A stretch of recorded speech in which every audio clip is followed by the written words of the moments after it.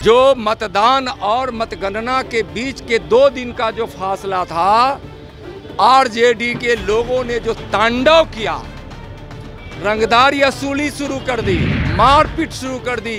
2 दिन में ही बिहार कराह गया था और नीतीश जी को यह भली भांति पता है। तो फिर आरजेडी और तेजस्वी से समझौता कर सत्ता में जाना एक बिहार की जनता और बिहार के जनादेश के साथ धोखा है। लोहिया, जयप्रकाश नारायण और जॉर्ज के नीति के साथ धोखा है। कांग्रेस से मिलने का मतलब, आरजेडी से मिलने का मतलब यह साबित हो गया है कि नीतीश कुमार जी सत्ता के लिए ही सब कुछ करते हैं। अपने कोने से देख रहे हैं, मैं हूं आपके साथ वंदना। नीतीश कुमार बीजेपी से अलग होते ही बीजेपी का एक अलग ही नज़ारा देखने के लिए मिल रहा है। इस वक्त मैं प्रदेश कार्यालय में और यहाँ पर बीजेपी द्वारा महाधरना दिया जा रहा है और क्या कुछ कह रहे हैं केंद्रीय राज्य मंत्री नित्यानंद राय। देखिए, जो जिस बात को नीतीश जी कह रहे हैं और लालू जी कहते रहे हैं, उस विचारधारा यानी लोहिया को और जयप्रकाश जी को धोखा दिया है वह कांग्रेस, जो इस देश की गरीबी का कारण है, इस देश को कमजोर बनाने की जो कांग्रेस की नीति रही है, देश की सुरक्षा पर, चाहे वह सीमा की सुरक्षा हो, चाहे आंतरिक सुरक्षा हो, चाहे किसी भी कल्याणकारी योजनाओं पर कांग्रेस जो 55-60 वर्ष तक सत्ता में जो फ्लोर रही है, और 1974 के आंदोलन में जितने नौजवान बिहार से लेकर पूरे देश में शहीद हुए थे, उस शहीदों के खून के साथ धोखा नीतीश कुमार जी ने किया है कांग्रेस और आरजेडी के साथ जाकर। 15 वर्षों के वह आतंक और अराजक राज से समझौता करने का क्या मतलब था, क्या अर्थ था। मैं कल भी कहा था, मैं आज भी कह रहा हूं कि 2020 के विधानसभा चुनाव के बाद जो मतदान और मतगणना के बीच के 2 दिन का जो फासला था, आरजेडी के लोगों ने जो तांडव किया, रंगदारी वसूली शुरू कर दी, मारपीट शुरू कर दी। 2 दिन में ही बिहार कराह गया था और नीतीश जी को यह भली भांति पता है।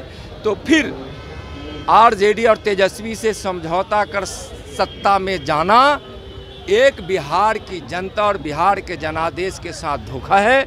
लोहिया, जयप्रकाश नारायण और जॉर्ज के नीति के साथ धोखा है। कांग्रेस से मिलने का मतलब, आरजेडी से मिलने का मतलब यह साबित हो गया है कि नीतीश कुमार जी सत्ता के लिए ही सब कुछ करते हैं। आज जिन बात, जहां प्रधानमंत्री बनने की इनकी लालसा, ये खबर है जी। एक और सवाल है, प्रधानमंत्री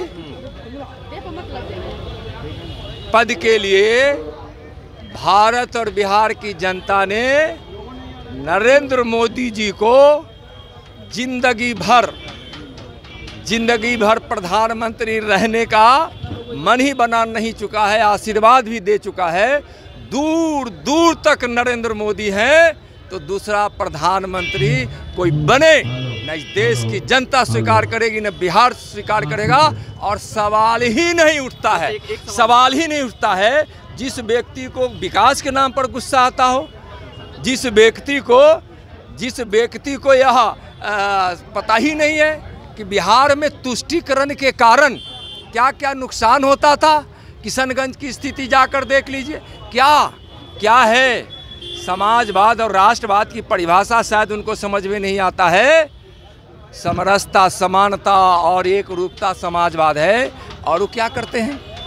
तो आज जिस प्रकार से जनादेश को उन्होंने धोखा दिया है, एक अराजक राज को गला लगाया है, वैसे दल के गोद में जाकर बैठे हैं कांग्रेस आरजेडी को, जिससे बिहार तबाह रहा है। और प्रधानमंत्री बनने का तो दूर दूर तक क्या, जो माने कई लोगों ने कहा है कि 7 जन्म क्या 49 जन्म भी लेंगे तो प्रधानमंत्री बनने वाले नहीं है। प्रधानमंत्री का पद आरक्षित है नरेंद्र मोदी जी के लिए, और सिर्फ नरेंद्र मोदी जी के क्यों कि पहली बार इस देश को कोई गरीबों का मसीहा मिला, जन जन तक पहुंचाया। आज देश सुरक्षित है। विवेकानंद की भविष्यवाणी पूरी हो रही है कि 21वीं सदी में भारत विश्वगुरु बनेगा, और विवेकानंद के बचपन का नाम नरेंद्र था और भारत के यशस्वी प्रधानमंत्री का नाम नरेंद्र है। एक नरेंद्र ने भविष्यवाणी की थी और दूसरा नरेंद्र उस भविष्यवाणी को पूरा कर रहे हैं। और मैं जानता हूँ विकास से मतलब नीतीश कुमार जी को नहीं है, लेकिन भारतीय जनता पार्टी की नीति और रग में विश्वास के साथ विकास करने का है, सम्मान के साथ न्याय के साथ विकास करने का है। नरेंद्र मोदी जी की विकास की गंगा को रोकने की कोशिश अगर इस बिहार की धरती पर नीतीश जी और तेजस्वी जी किए तो बिहार की जनता उनको कड़े रूप से जवाब देगी। एक सवाल है मेरा, चूंकि आप गृह मंत्री भी हैं, जिस तरह से यहाँ पर पीएफआई के खुलासे हुए, बहुत सारे जो संगठनों का खुलासा हुआ और तुष्टीकरण की भी बात कर रहे हैं, ऐसे में इस तरह की सरकार बन रही है, आप लोग कहते हैं कि गुंडा राज की सरकार, तो चैलेंजेस तो इस राज्य के लिए बढ़ गए ना। देखिए, मैं किसी भी प्रकार की चुनौती खड़ी होगी, बिहार की जनता और भारतीय जनता पार्टी सक्षम है समझने के लिए। और दूसरा, देश की आंतरिक सुरक्षा हो, देश की सीमा की सुरक्षा हो, भारतीय जनता पार्टी समझौता नहीं कर सकती है। कोई सरकार आड़े आएगी तो आड़े आने नहीं दिया जाएगा। काम जो भी अपनी स्वतंत्र संस्थाएं हैं काम करेगी। और तुष्टीकरण तो स्पष्ट दिखाई पड़ रहा है, यह कहीं यह कहने की बात है। मैं तो नीतीश जी से कहूँगा कि एक बार जाके और किशनगंज, अररिया, पूर्णिया, कटिहार के सीमाओं पर जाकर घूम लीजिए, जहाँ तो शादी विवाह में शंख बजाने की अनुमति ही नहीं मिलती है। नीतीश जी, आपको हर भारतीय जनता पार्टी के हर मंत्री, माननीय मंत्री, जितने हमारे 16 मंत्री थे, अपने विभाग से बिहार की जनता का कल्याण करना चाहते थे, तो उनको गुस्सा आता था। उनको लगता था, अभी जनता पूछती थी कि आप 73-74 सांसद विधायक वाले पार्टी और 43 को आपने मुख्यमंत्री बना दिया। बीजेपी का कितना बड़ा मन है, कितनी उदारता है कि बीजेपी जो कहती है उस वचन को निभाती है। कही थी 2020 के चुनाव में कि हम नीतीश जी को हम मुख्यमंत्री बनाएंगे, तो बनाया। बहुत कम सीट आने के बावजूद और बीजेपी का सीट बहुत अधिक होने के बावजूद धोखा बीजेपी नहीं, धोखा नीतीश कुमार देने का काम किया है। तो आपने सुना कि क्या कुछ कहा। आपको बता दें कि एक तरफ बीजेपी में बेचैनी बढ़ी है, तो दूसरे तरफ नीतीश कुमार ने यह ऐलान कर दिया है कि कहीं ना कहीं हमारे साथ बीजेपी जो है वह धोखा दिया। यही कारण है कि आज हमें यह निर्णय लेना पड़ा है। यही नहीं, जब मीडिया कर्मी से बातचीत करते हुए प्रदेश अध्यक्ष संजय जायसवाल क्या कुछ कह रहे हैं, सुन लीजिए। इस बार हम 36 सीटें जीतेंगे, इसकी मैं गारंटी देता हूँ। बिहार में जो कुछ भी हो रहा था, वो कहते हैं दबाव में थे, वो पिछले कुछ महीनों से। किस बात के दबाव में थे? अगर जहरीली शराब से मौतें होगी तो क्या हम पूछेंगे नहीं कि क्यों हो रही है, भाई इसको कंट्रोल कीजिए।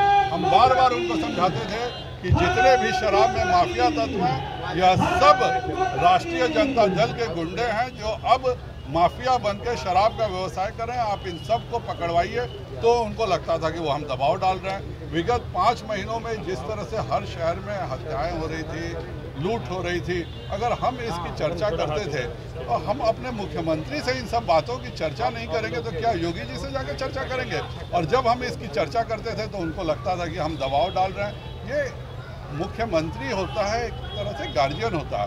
और अगर बिहार में गड़बड़ी है तो सहयोगी दल के नाते हम उनके पास नहीं जाएंगे तो क्या हम किसके पास जाएंगे? तो यही उनको दबाव लगता था। संजय जी, आज विश्वासघात हुए, बिहार की जनता के साथ उन्होंने विश्वासघात किया। वह पहले राउंड और दूसरे राउंड का रिजल्ट देखिए, लगभग हम साफ हो चुके थे।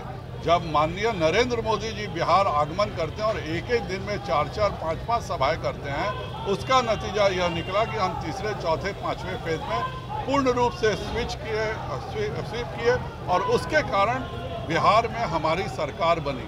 और यह प्रधानमंत्री जी के बिहार आगमन पर जो एनडीए को वोट मिला, उसके साथ इन्होंने विश्वासघात किया है।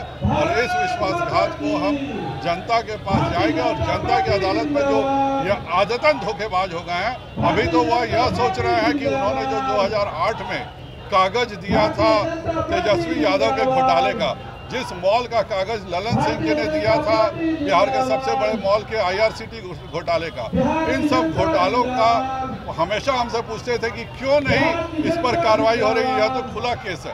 सर, कानून अपने ढंग से काम करता है हमारे यहाँ। और यह जब कानून अगर अपने ढंग से जब काम करने लगा तो इनको यह मौका मिल गया कि अगर भोला यादव और हृदयानंद जेल चले गए, वह सब बात बोल देंगे, तो निश्चित तौर पर राजद से का परिवार जो है वह जेल चला जाएगा और हम पूरे राष्ट्रीय जनता दल को अपने में समाहित कर लेंगे, इस सोच के साथ वह गए हैं।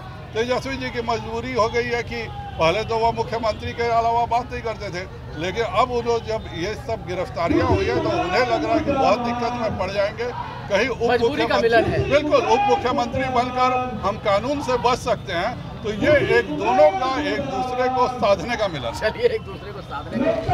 सर, आज महाधरना का क्या कुछ उद्देश्य है, क्यों आज महाधरना? नहीं, जनता के साथ जो उन्होंने विश्वासघात किया उसी पर हम सुना आपने कि क्या कुछ कहा उन्होंने, साफ तौर से कह दिया है कि मुख्यमंत्री प्रधानमंत्री का सपना देखना बंद कर दें। यहाँ कोई मुख्यमंत्री को स्वीकार करने को तैयार ही नहीं है। प्रधानमंत्री कैसे जनता स्वीकार करेगी? इस पर बस इतना ही। बने रहिए न्यूज़ फाउंडेशन के साथ। अब तक हमारे चैनल को सब्सक्राइब नहीं किए हैं तो कर लीजिए। धन्यवाद।